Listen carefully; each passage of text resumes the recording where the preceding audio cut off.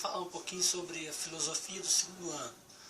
Nós estávamos falando das relações de poder na nossa última aula. Então nós fizemos uma recapitulação aí do século XX. O que o século XX teve de diferente dos outros? Foi um século em que as relações de poder se intensificaram muito, principalmente por alguns acontecimentos aí como a Primeira Guerra, a Segunda Guerra Mundial.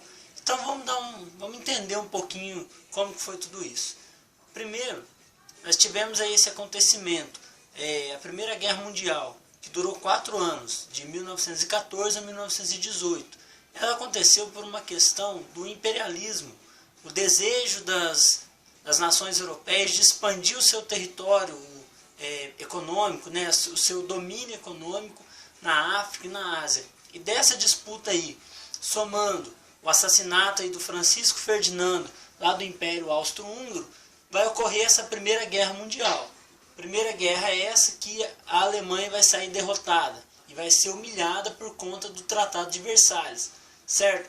Então, o Tratado de Versalhes vai impor algumas sanções aí ao território alemão, vai diminuir seu território, seu exército, vai ter que pagar indenizações pesadas aí por conta da Primeira Guerra.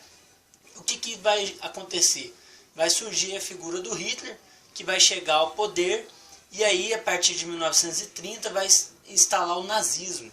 O nazismo vai ser inspirado no fascismo, que já tinha acontecido lá na Itália em 1920, por conta do Benito Mussolini, que foi o líder fascista. O fascismo e o nazismo são muito parecidos, são regimes totalitários. Eles colocam os interesses do Estado acima dos interesses do indivíduo. Então é por isso que no regime totalitário existe toda aquela dominação por parte do Estado para o indivíduo. A liberdade do indivíduo ela se torna restrita. O indivíduo tem que prestar conta da sua convicção política, de tudo aí para o Estado. Então é uma situação bem difícil. Então, como vocês estão vendo, as relações de poder vão se intensificando também dentro de um determinado país, no caso entre indivíduo e Estado. O indivíduo não tem mais aquela autonomia que exige, ou pelo menos deveria existir dentro da democracia, certo? E aí? Então nós temos 2 regimes, o nazismo e o fascismo. O nazismo na Alemanha, liderado por Hitler, o fascismo na Itália, liderado por Benito Mussolini, e os 2 têm características semelhantes. E aí, antes de terminar a Primeira Guerra Mundial, em 1917, aconteceu um fato também aí muito importante, que foi a Revolução Russa.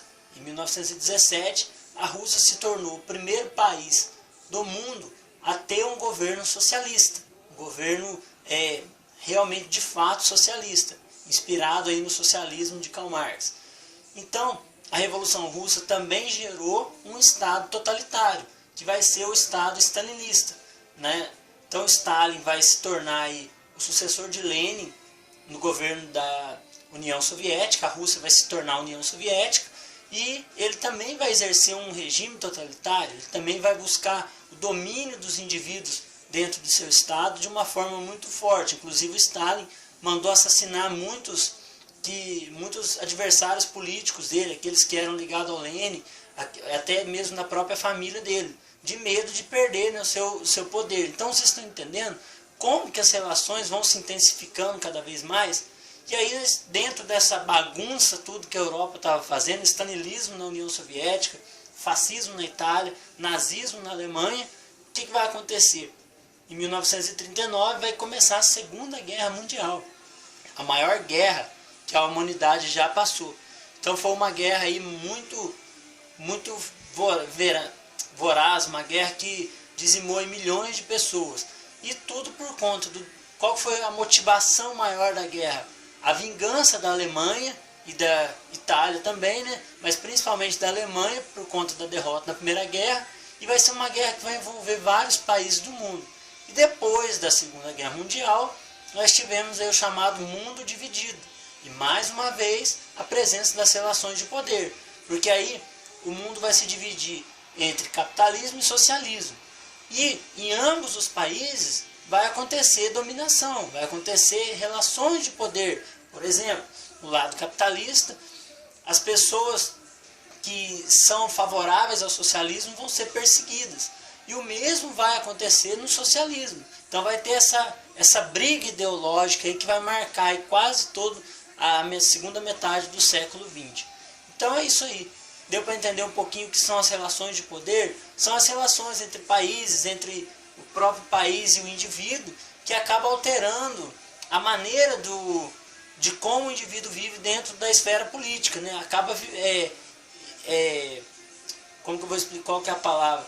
Acaba-se que as ações tomadas por um determinado governo vão refletir diretamente na vida do cidadão. O cidadão acaba fazendo parte daquele jogo de poder ali. É isso aí. Até mais. E um abraço a todos.